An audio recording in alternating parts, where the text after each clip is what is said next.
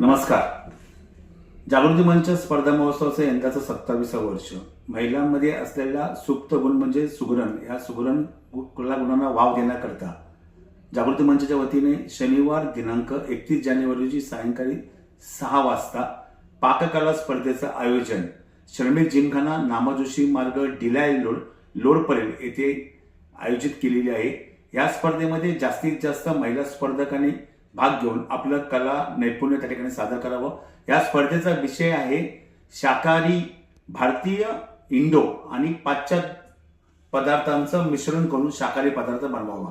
तर मी आपणास विनंती करतो की या स्पर्धेत जास्तीत जास्त महिलांनी सहभागी व्हावे.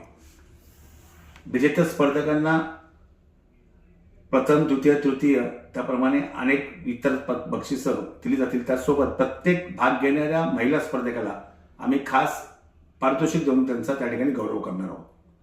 त्याचप्रमाणे